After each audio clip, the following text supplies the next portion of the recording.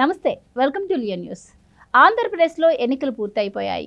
ఇటు ముఖ్యమంత్రి జగన్మోహన్ రెడ్డి లండన్ వెళ్లారు, ఇటు ప్రతిపక్ష అధినేత చంద్రబాబు అమెరికా వెళ్లారు.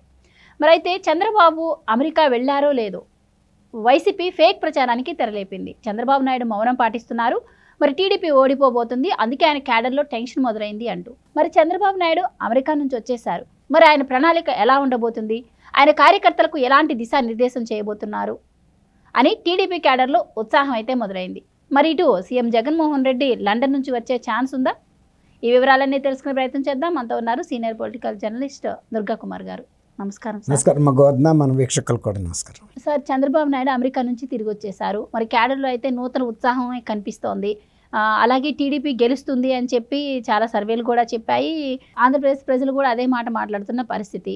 మరి ఇక్కడ నుంచి చంద్రబాబు నాయుడు గారి ప్రణాళిక ఎలా ఉండబోతుంది, మరి ఫేక్ ప్రచారానికి తెరలేపిన వైసీపీ మరి ఇప్పుడు సమాధానం చెప్పగలుగుతుందా? ఆయన లండన్ నుంచి వస్తారా రారా అని. చంద్రబాబు నాయుడు గారిది తెలుగుదేశం పరిస్థితి వేరు, జగన్మోహన్ రెడ్డి గారు వైఎస్ఆర్సీపీ పరిస్థితి వేరమ్మా.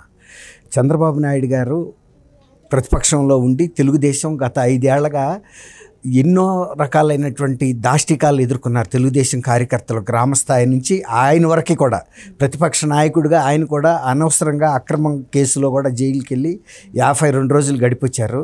తర్వాత మరీ ముఖ్యంగా ఎన్నికలకు ముందు రాజకీయ హింస బాగా ప్రచురిల్లింది, అది కూడా వాళ్ళు ఫేస్ చేశారు. ఎన్నికల తర్వాత కూడా జరిగినాయి, అవి కూడా ఫేస్ చేశారు.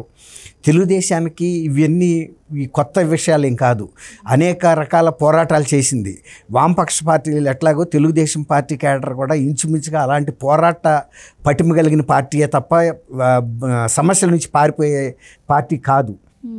తర్వాత మొన్న 5 సంవత్సరాలు పట్టమే కాక ఎలక్షన్ కోసం వాళ్ళు పడ్డ శ్రమ, ఎట్టి పరిస్థితుల్లోనూ ఈ జగన్మోహన్ రెడ్డి అరాచక ప్రభుత్వాన్ని అంతం చేయాలి, మళ్ళీ గతంలో లాగా ఒక ప్రజాస్వామ్యయుతమైన వాతావరణం ఆంధ్రప్రదేశ్లో రావాలి అని కంకణం కట్టుకు పనిచేశారు.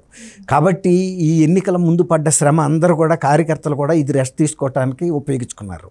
స్తబ్దత అనేది అసలు లేనే లేదు. ఇంకోటి ఏంటంటే వాళ్ళకి ఇప్పుడు కూడా పార్టీ ఎంతైనా కూడా కొన్ని వ్యక్తిగత కార్యక్రమాలు, కొంత విశ్రాంతి విరామం కూడా ఎవరికైనా అవసరం. కాబట్టి ఇది నాయకులు ఉపయోగించుకున్నారు, కార్యకర్తలు కూడా ఉపయోగించుకున్నారు. మళ్ళీ ఎప్పుడైతే కౌంటింగ్ మొదలవుతుందో కౌంటింగ్ సమయానికి వాళ్ళు ఫుల్ స్వింగ్లోనూ ఉంటున్నారు. ప్రజల పక్షాన్ని వచ్చి నిలబడి కౌంటింగ్ సక్రమంగా చేసి ప్రభుత్వ ఏర్పాటుకి కావాల్సిన ప్రమాణ స్వీకారానికి కావాల్సిన ఏర్పాట్లు, ఈ మంతనాలన్నీ చేసుకుంటున్నారు. కాబట్టి నిన్న సజ్జల రామకృష్ణారెడ్డి గారు చెప్పాడు, చంద్రబాబు నాయుడు గారు తక్కువవాడు కాదు, మోడీనే కాళ్ళ దగ్గరికి తెప్పించుకున్నాడని. ఆయన ఎందుకు చెప్పాడో మరి తెలియదు, వాస్తవంగానే చెప్పాడని అనుకుంటున్నాను. ఎందుకంటే వాళ్ళు ఊహించినది జరిగింది మోడీ గారి విషయంలో. మోడీ గారు వీళ్ళకి ఈ క్రూషియల్ టైంలో సపోర్ట్ చేస్తాడనుకున్నారు, కానీ ఆయన చేయలేదు. ఎవరైతే ప్రత్యర్థి అనుకున్నాడో ఆ ప్రత్యర్థి చంద్రబాబు దగ్గరికి వెళ్ళాడు. ఆయన వెళ్ళటమే కాదు, ఆయన పక్కన పెట్టుకుని నార్త్ ఇండియాలో కూడా వారణాసిలో అక్కడ చంద్రబాబు నా పక్కన ఉన్నాడు అనే ఒక ఇమేజ్ క్రియేట్ చేసుకున్నాడు. అది ఒక వ్యక్తిగతంగా ఆయనకున్న విలువను తెలియజేస్తుంది. ఇప్పుడు దిగగానే ఇవాళ తెలుగుదేశం కార్యకర్తలు అందరిలో కూడా మళ్ళీ ఏంటి, ఇక దిశానిర్దేశం ఆయన ఏం చేస్తాడు అనేది ఎదురు చూస్తున్నారు. కమాండ్ కోసం, ఒక లీడర్ కమాండ్ కోసం. ఆయన కూడా దిగగానే మొత్తం అంతా కూడా సిచ్యువేషన్ని మళ్ళీ ఇంకొకసారి అసెస్ చేసుకుని, ఆయన లేని సమయంలో కూడా కొన్ని ఇది జరిగినాయి కదా హింసాత్మక సంఘటనలు, అవన్నీ కూడా ఆలోచించుకుని ఇప్పుడు ప్రభుత్వం ఏర్పాటు చేస్తే ఎవరెవరిని ఎక్కడ ఉంచాలి, ప్రభుత్వాన్ని ఎట్లా నడపాలి, తర్వాత ప్రజలు ఎవరైతే గతంలో ఎక్కడెక్కడ ఇబ్బందులు పడ్డారో అలాంటి వాళ్ళందరికీ కూడా ఒక ప్రత్యేకమైనటువంటి రక్షణ ఏర్పాట్లు ఎలా చేయాలి, తర్వాత ఈ దుష్టశక్తులు ఎవరైతే ప్రజల మీద దాష్టికాలు చేశారో, ప్రతిపక్ష నాయకుల మీద దాష్టికాలు చేశారో, అటు దానికి సహకరించిన అధికారులు ఎవరు, వాళ్ళు ఇప్పుడు ఏ స్థానాల్లో ఉన్నారు, వాళ్ళని ఎక్కడ ఉంచాలి, ఎట్లా ఉంచాలి, వాళ్ళని ఒక క్రమశిక్షణలోకి ఎలా తీసుకురావాలి, ఇవన్నీ కూడా ఆలోచిస్తారమ్మా. వైఎస్ఆర్సీపీ పార్టీ మూలన ప్రజల మీద తీసుకున్న ప్రజా వ్యతిరేక నిర్ణయాలు ఏవైతే ఉన్నాయో వాటన్నిటినీ కూడా మళ్ళీ రివర్స్ చేసి ప్రజలకు రిలీఫ్ కల్పించాల్సిన అవసరం అత్యవసరం అన్నమాట. అది ఇప్పుడు ల్యాండ్ టైటిలింగ్ యాక్ట్ ఉంది, అది జనం వణికిపోతున్నారు. ఇప్పుడు దాన్ని తీసి పక్కన పెట్టాలి. బాబు, గతంలో ఎలాంటి చట్టాలు ఉన్నాయో అదే ఉంటాయి, మీకు వచ్చిన ప్రమాదం ఏం లేదు, ఏదున్నా మేము మీ తరపున నిలబడతామనేది చెప్పాలి. తర్వాత ఇప్పుడు మద్యం నిషేధం ఆయన పెడతానన్నాడు. మద్య నిషేధం ఎవరు కోటర్లా, మద్యం సరసమైన ధరలో మంచి బ్రాండ్లు ఇవ్వమని అడుగుతున్నారు. అసలు ముందు తర్వాత పెట్టగలిగితే మంచిదే.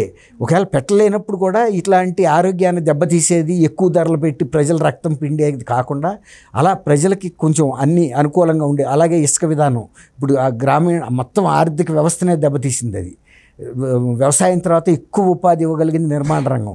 అలా వాళ్ళు అన్ని రంగాలలో దెబ్బతిన్నారు. తర్వాత ఇప్పుడు అన్నా క్యాంటీన్స్ ఇలాంటివన్నీ కూడా చిన్నవి అనుకుంటున్నాడు ఆయన, కానీ అవి చేయాలి. కానీ చంద్రబాబు నాయుడు గారిని ఒక్కదానికైతే నేను బాగా అభినందిస్తున్నా.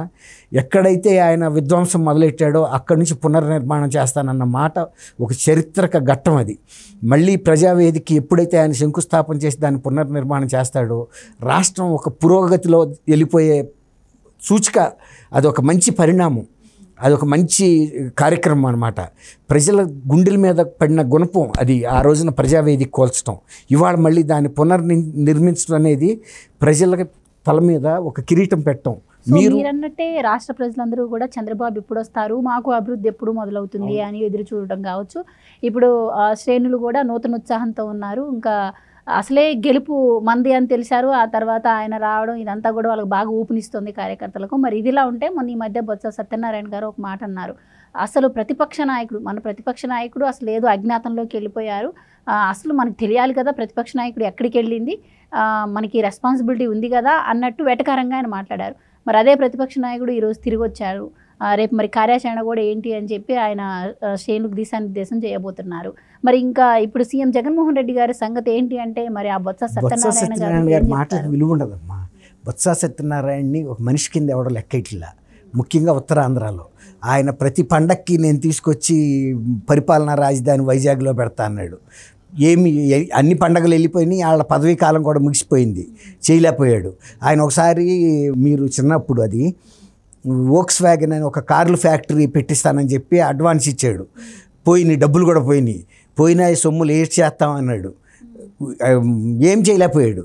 అట్లాగే ఆ మాట్లాడే మనిషికి విలువ లేదమ్మా. ఇప్పుడు ఇవాళ కేంద్ర ఎన్నికల సంఘం పర్యవేక్షణలో పరిపాలన జరుగుతుంది. ఇప్పుడు ప్రతిపక్ష నాయకుడు అక్కడ ఉండాల్సిన అవసరం ఏం లేదు, ఎన్నికలు అయిపోయినాయి. రెండోది అసలు ముఖ్యమంత్రి ఇక్కడ లేడు, ముఖ్యమంత్రి ఉండాలి కదా.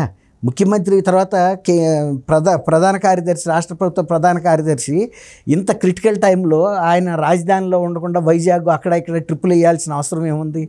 ముందు అది చూసుకోమనండి. ఆయనైనా చెప్పొచ్చు కదా ఒక సీనియర్ మంత్రిగా, నేను వైజాగ్ నేనున్నాను అక్కడేను శ్రీకాకుళం అటు సైడు, మీరేం రావక్కర్లేదు, ఏదైనా ఉంటే నాకు చెప్పండి నేను చూసుకుంటానని. మరి ఈయన ఎందుకు అనవసరంగా కదుపుతున్నారు మీరు అక్కడుండి శాంతి భద్రతలో ఇతర వ్యవహారాలు చూడమని? కాబట్టి బొత్స సత్యనారాయణ గారు మాట్లాడటం అనేది అది అసందర్భంగా ఉంది. ఆయన మాట్లాడింది ముఖ్యమైన ప్రతిపక్ష నాయకుడు ఎప్పుడు ఎక్కడ ఉండాలో తెలుసు. ప్రతిపక్ష నాయకుడు ప్రజల్లో తిరుగుతున్నప్పుడే కదా మీరు అరెస్ట్ చేసి తీసుకెళ్లి జైల్లో పెట్టింది. ప్రజల కోసం తిరుగుతున్న ప్రతిపక్ష నాయకుడిని ప్రజలకు ఇచ్చిన బాధ్యత, ఆ బాధ్యతను నిర్వర్తించడం. ప్రతిపక్షాలు ఇప్పుడు మరి సీఎం జగన్ ఎక్కడని అడుగుతున్నాయి, మరి వైసీపీ ముఖ్యులు సమాధానం చెప్తారా? ఆ రోజు నంద్యాలలో ప్రజల మధ్యలో ఉన్న వ్యక్తిని తీసుకెళ్లి 52 రోజుల పాటు మీరు జైల్లో ఎందుకు ఉంచారు? ఆ రోజు మీకు జ్ఞానం లేదా? ప్రతిపక్ష నాయకుడు ప్రజల్లో తిరగాలి, జైల్లో పెట్టకూడదని పెట్టింది మీరు కాదా? అది 8 సంవత్సరాల తర్వాత 4.5 సంవత్సరాలు పట్టింది ఆయన చేసిన అవినీతి మీరు పట్టుకోవటానికి. అది కూడా మీరు నియమాలు తుంగలో తొక్కినందుకే కదా హైకోర్టు బెయిల్ ఇచ్చింది. కానీ ఇప్పుడు ఆ బెయిల్ రద్దు చేయమని మీ దగ్గర ఏమైనా ఆధారాలు ఉంటే పెట్టాలి కదా. ప్రతిపక్ష నాయకుడు తర్వాత, ముందు ఆయన ఒక వ్యక్తి, ఒక పౌరుడు. ఇప్పుడు మీరేమన్నా చేయగలిగారా? ఏమీ లేని, ఎక్కడ రుజువులు లేని కేసులు పెట్టి, వాస్తవాలు లేని కేసులు పెట్టి ప్రతిపక్ష నాయకుడిని జైల్లో పెట్టినప్పుడు లేదు. ఇప్పుడు ఆయన ఆరా వచ్చింది, వాళ్ళు నీకు ఎక్కడున్నాడో. ఆ ముఖ్యమంత్రి కూడా వచ్చి అప్పుడు ఏమన్నాడు, ఏమో నాకు తెలియదు ఆయన ఎక్కడున్నాడోను, కేంద్ర ప్రభుత్వం ఎత్తేసింది ఏమని అన్నాడు కదా. ముఖ్యమంత్రికే ప్రతిపక్ష నాయకుడు ఎక్కడున్నాడో ఏం చేస్తున్నాడో తెలియనప్పుడు బొత్స ఆరా తీయక్కర్లా. చంద్రబాబు నాయుడు గారు తన వ్యక్తిగత భద్రత గురించి, తను ఎక్కడుండాలో, తన బాధ్యతలు ఏంటో, తను ఎవరికి ఎలాంటి సేవలు చేయాలో చేయగలడు. బొత్స సత్యనారాయణ గారు లాంటి సలహాదారులు చెప్పక్కర్లా. ఆయన వాళ్ళ ప్రభుత్వానికి సలహా చెప్పుకుంటే చాలు. నిన్న సజ్జల రామకృష్ణారెడ్డి గుట్కలు మింగుతున్నాడు, ముందు ఆయన సంగతి చూసుకోమని ఢిల్లీ. ఆయన ఏం చేస్తారో అన్నిటికీ ముందుకు దోశారు. ఇవాళ ఆయన బలిపశువు కాబోతున్నాడు. వీళ్ళందరూ నోరు మూసుకున్నారు. సజ్జల అంతా నేనేననుకుని ఎగిరాడు. ఇప్పుడు ఎక్కడ దిగాలో తెలియట్లా, ఎట్టా దిగాలో తెలవట్లా. బిళ్ళబీటుగా పైనుంచి మన విమానాలు పడ్డట్టు కింద పడే పరిస్థితికి వచ్చాడు. ముందు ఆయన ఏదన్నా ముందు ఆయన గురించి చర్య తీసుకోమని చెప్పాలమ్మా. Thank you so much. Thank you అమ్మ. గోవర్ధనమ్మ, మన వీక్షకులు కూడా.